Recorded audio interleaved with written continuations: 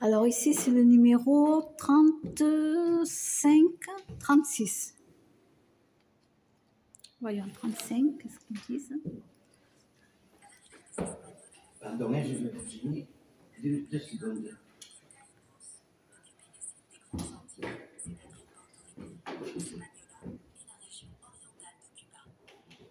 Furent les premières victimes des Occidentaux en quête des Indes. En quelques décennies, leur population fut presque décimée en raison des maladies et du travail forcé introduit par les colons. Au centre de la vitrine, vous pouvez observer une pièce d'une grande rareté et parmi les plus énigmatiques de la culture taïnos. Il s'agit d'un anneau de pierre, autrement nommé un joug, à la fonction mystérieuse. La plupart des jougs conservés dans les musées occidentaux ont été rapportés il y a très longtemps, si bien qu'on ne dispose d'aucun contexte archéologique pouvant consolider leur analyse. L'hypothèse la plus répandue rattache cet objet au jeu de balle des Grandes Antilles, appelé le bataille. Il pourrait s'agir de représentations votives d'un accessoire en bois ou en cuir porté autour de la taille lors des parties de jeu et donné ensuite en récompense au vainqueur. D'autres hypothèses les considèrent comme des tsémis, des objets magiques concentrant des forces naturelles et surnaturelles liées à l'appropriation d'un territoire qui aurait été destiné à être déposé en terre. Si vous souhaitez en savoir plus sur la culture taïno, appuyez sur la touche verte. Christophe Colomb, découvrant l'Amérique. C'est trop beau.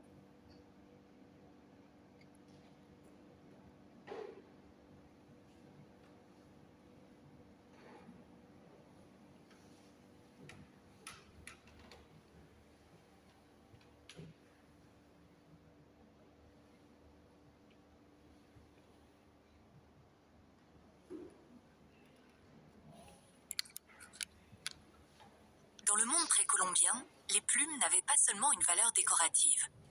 Au contraire, leur fonction était essentiellement symbolique, car leur présence évoquait le monde d'en haut, le monde des cieux et des dieux, le monde céleste où évolue l'oiseau. Celui qui les portait endossait ainsi une part de divin. Comme le montre la tunique de gauche, nommée Unku, l'utilisation des plumes est très ancienne au Pérou. Grâce au carbone 14, cette tunique, décorée d'une simple croix de plumes blanches, a en effet été datée de la fin du IIe siècle de notre ère. Le devant de la tunique de droite est en revanche plus récent. La qualité de son décor et sa conservation en font cependant un exemplaire précieux. La plume dessine 4 de personnages, alternativement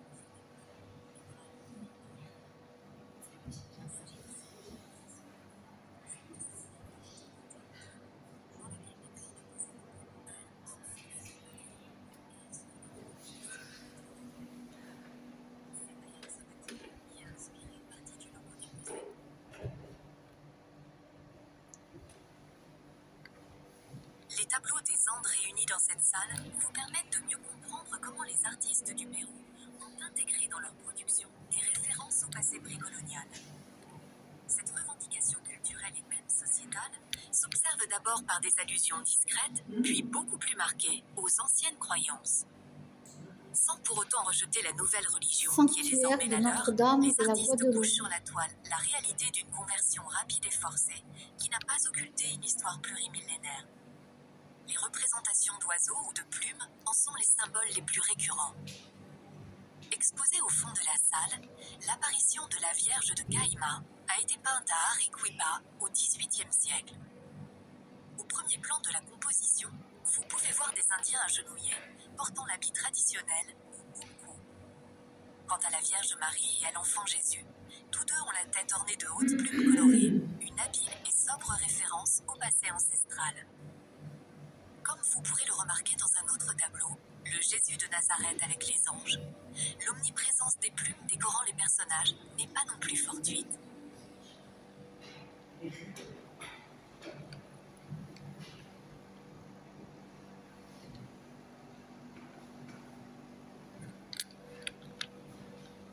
L'œuvre qui vous fait face est bien plus qu'un simple tableau religieux. En effet, elle constitue à la fois l'une des premières œuvres chrétiennes du Nouveau Monde, mais probablement aussi l'une des dernières productions de l'art aztèque. La dédicace en latin qui court tout autour de la scène centrale nous permet de la dater et de la localiser. Elle fut produite en 1539 à Mexico. Elle mentionne également un nom, celui d'un moine franciscain arrivé en 1523 à Mexico avec 2 autres compagnons. Il s'agit de Pierre de Grand, qui eut un impact considérable dans l'éclosion d'une nouvelle société métissée au Mexique, puisqu'il créa l'école San José de los Naturales à Mexico. Cette institution était dédiée à l'enseignement et au développement des arts. Initialement prévue pour enseigner les techniques occidentales, l'école se transforme peu à peu en conservatoire des traditions aztèques, comme l'art de la plumasserie. C'est dans ce creuset que sont réalisées les premières plumasseries chrétiennes du Nouveau Monde. La messe de Saint-Grégoire en est le plus beau et le plus ancien témoignage. Mais revenons à notre tableau. Il représente le pape Grégoire qui, lors d'une messe, fit apparaître devant lui le Christ de pitié, sortant de son tombeau. Le choix de cette iconographie avait une vertu éducative pour les frères mineurs, pour la mesure où cette scène serait presque comme une bande dessinée. Le Christ apparaissant entouré des instruments de la passion. Il était plus facile pour les religieux d'expliquer aux Indiens les concepts de la nouvelle religion. Pourtant, ce tableau ne semble pas une simple transposition d'une scène chrétienne. Si le sujet vient occidental, la technique, le vocabulaire décoratif, l'organisation spatiale et même certains symboles renvoient directement aux traditions chrétiennes. Sculpture de cacique indien, circa 1825. La scène est ici située en extérieur, conformément au déroulement des rituels dans le monde précolombien.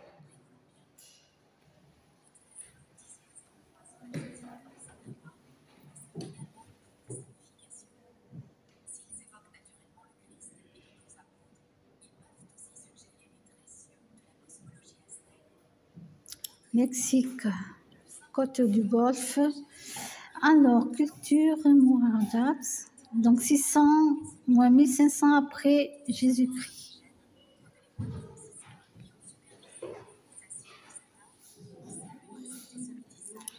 Statuette représentant un personnage richement paré, toujours au pigment et au Mexique. Terre cuite, pigment. Publie la bulle Sublimis Deus, qui reconnaît aux Indiens le droit d'embrasser. Omniprésente dans les Andes, la plume l'était tout autant au Mexique. La mythologie mésoaméricaine regorge en effet d'allusions à ce matériau, dont la symbolique est particulièrement forte et ancienne. Coatlicue, Urne funéraire, représentation d'un personnage ceint d'une haute coiffure décorée de plumes stylisées. Culture zapotèque, 300-700 après Jésus-Christ, au Mexique. Quetzalcoatl, le célèbre serpent plume précieuse, cache quant à lui son physique disgracieux sous un masque et une barbe parée de plumes, attribut confectionné. Plumier représentant des allégories de l'Amérique. Vous l'aurez compris, la plume est un élément divin. Au Mexique, l'usage des plumes précieuses était donc réservé au statut des divinités, mais aussi aux hauts dignitaires.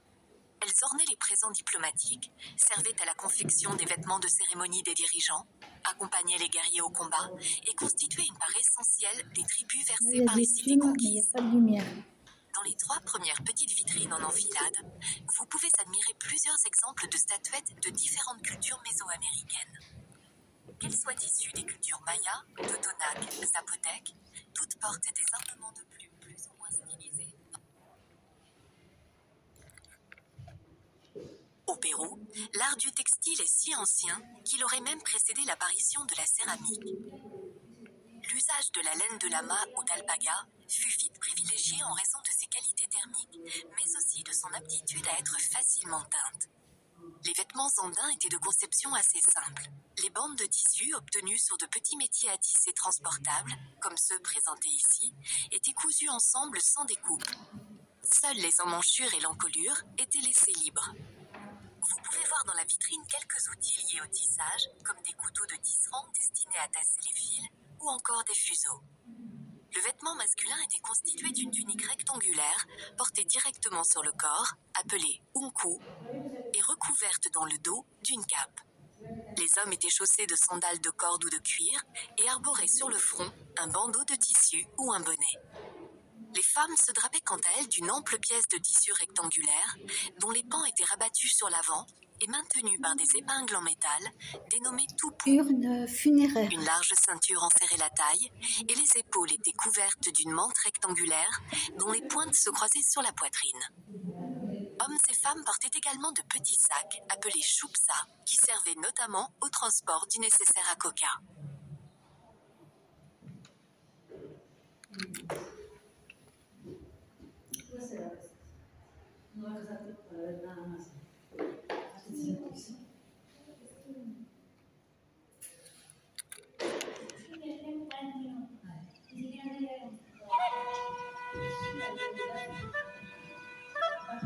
Danse et musique étaient omniprésentes dans les sociétés andines. Elles accompagnaient et rythmaient les processions, les pèlerinages, les préparations aux combats rituels, les enterrements et les sacrifices. Les tintements des objets, les rythmes des tambours et les gestuels créaient les conditions de transe appropriées à l'expérience rituelle. Elles permettaient de connecter les hommes avec le monde immatériel et les ancêtres. Pour cela, les officiants utilisaient des instruments à vent et à percussion réalisés en bois, coquillages et os, ou encore en métal et en argile.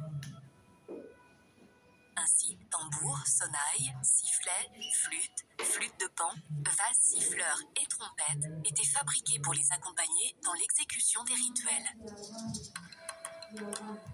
Les habits de cérémonie, eux aussi, étaient dotés de grelots. Ces apparats sonores et brillants transformaient ainsi ceux qui les portaient en êtres surnaturels, les liant formellement avec le monde divin. Les flûtes sont certainement les instruments les plus emblématiques du Pérou. Flûte droite.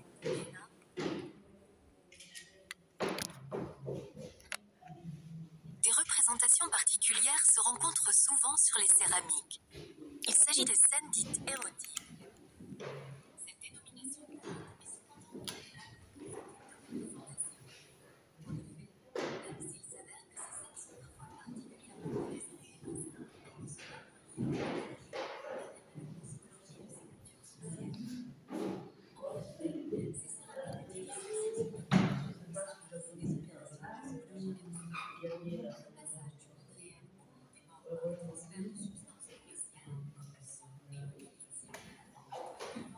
Les animaux sacrés.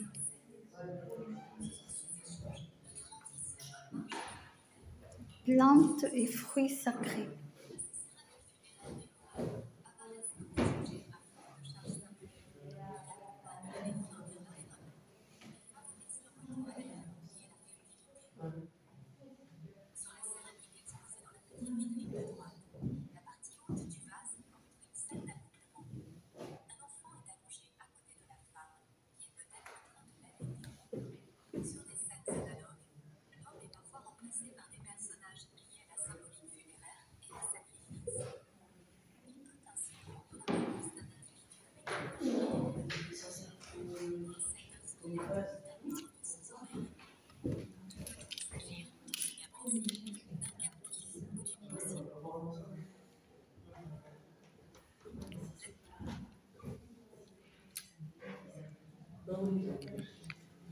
La dualité est un thème symbolique fort dans l'art des Andes. Mais que signifie ce concept au juste ? Cette dualité implique que les forces opposées de la nature étaient en réalité complémentaires et même bénéfiques par leur association. Ainsi, le jour et la nuit, le soleil et la lune, l'homme et la femme, ou bien les périodes de sécheresse.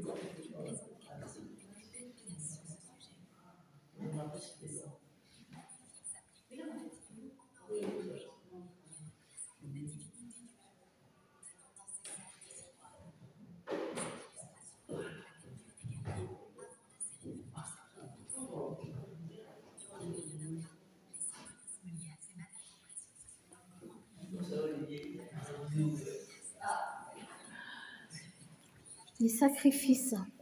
Parmi celles-ci, figurent des petites statuettes en or et en argent présentées dans leur triomphe. La statue 1 représente un gouvernant inca, reconnaissable à son nom. Les cérémonies rituelles dans le Pérou ancien étaient rythmées en fonction du calendrier agraire. Tandis que certaines marquaient le changement de saison, le commencement ou la fin des pluies, d'autres avaient pour objectif de favoriser la croissance des plantes ou de célébrer l'apparition des astres dans le ciel. Pour permettre la perpétuation de ces cycles, la pratique des sacrifices était courante. Les mutilations corporelles, les effusions de sang ou la mort étaient nécessaires au maintien de l'ordre du monde. Ces sacrifices, documentés dans les nombreuses représentations décorant les temples ou les céramiques, freinaient les désastres naturels et apaisaient la furie des dieux, des esprits ou des forces cosmiques. La vitrine qui vous fait face est consacrée au déroulé d'un sacrifice. Donc à l'époque, ils pensaient qu'en faisant des sacrifices, cultes et offrandes, le soleil allait apparaître, les cultures seraient bonnes. Alors heureusement qu'on n'est plus dans ce temps-là et qu'on a évolué. Alors bien sûr, les sacrifices, ça existe, mais c'est bien caché. Voilà. Parce qu'il y a des gens qui croient que les sacrifices, ça n'existe plus. Si, les sacrifices enfants et animaux existent toujours. Mais c'est caché, ce n'est pas montré, puisqu'on est censé avoir évolué.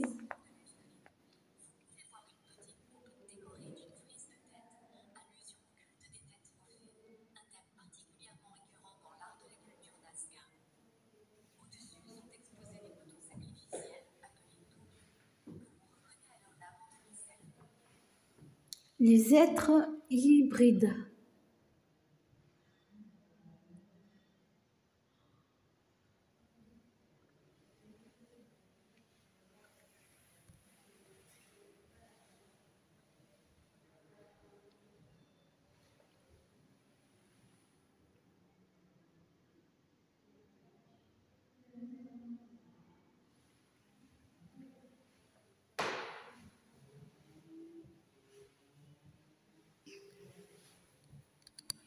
Les trois mondes.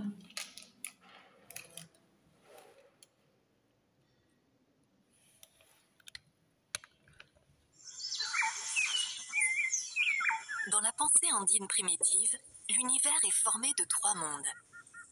On dénombre ainsi un monde céleste, un monde terrestre et un monde souterrain, dit aussi inframonde. Tous interagissent ensemble dans le cycle de la vie et assurent le bon fonctionnement de l'univers. Chacun d'entre eux est symbolisé par des animaux totémiques. C'est pour cette raison que l'on retrouve de nombreuses représentations animales dans les céramiques cultuelles andines. Il ne s'agit pas de décoration, mais d'une référence directe à ces niveaux. L'Égypte. Nous sommes au temps de l'Égypte. L'espace céleste symbolisé par l'oiseau, le seul être vivant capable de voler dans le ciel.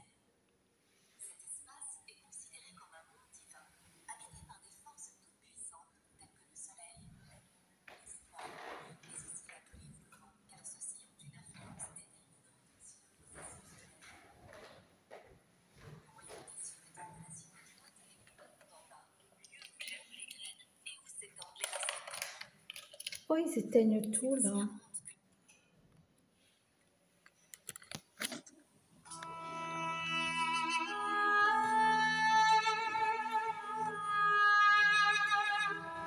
Vous voici désormais dans les salles du musée consacré aux collections égyptiennes.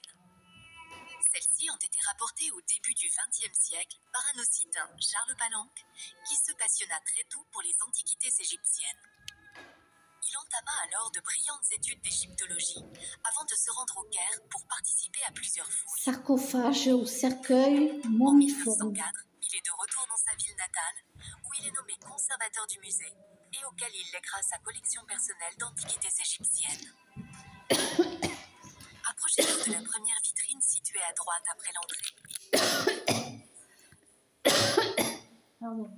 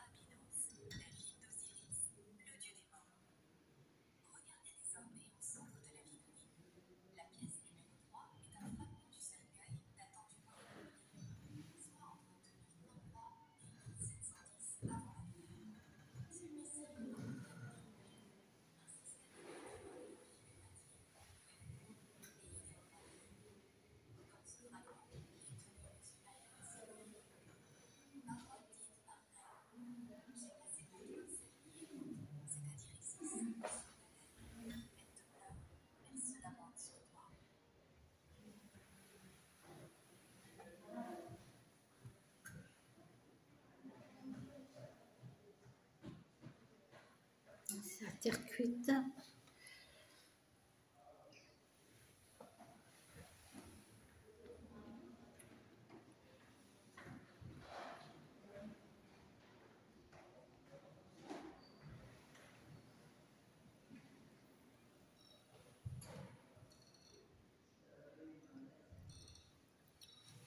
Vous mettrez ma vidéo au ralenti pour pouvoir mieux voir.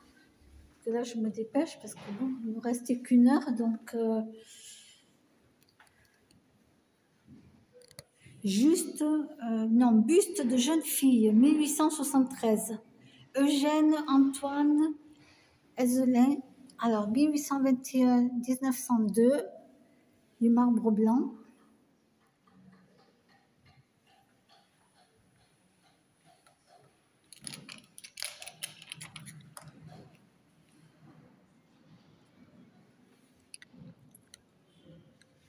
Sur ce palier, nous vous proposons de changer radicalement d'aire géographique, mais aussi temporel.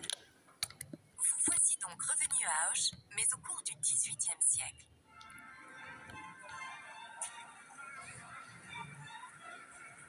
À cette époque, la ville connaît un réel épanouissement. Les travaux de construction de la cathédrale étant achevés, de nombreux peintres et sculpteurs sont attirés par le chantier de décoration intérieure. C'est le cas d'un certain Jacob Smets, originaire de Malines en Belgique, qui serait arrivé à Auch dès 1706. Ces natures mortes, dont quelques-unes vous sont présentées ici, sont très marquées par la peinture flamande du XVIe et XVIIe siècle. Son fils, Jean-Baptiste, a également une intense activité artistique dans le Gers et le Sud-Ouest, où il peignit de nombreuses œuvres de dévotion pour les églises du XVIe. Je vous fais la suite après.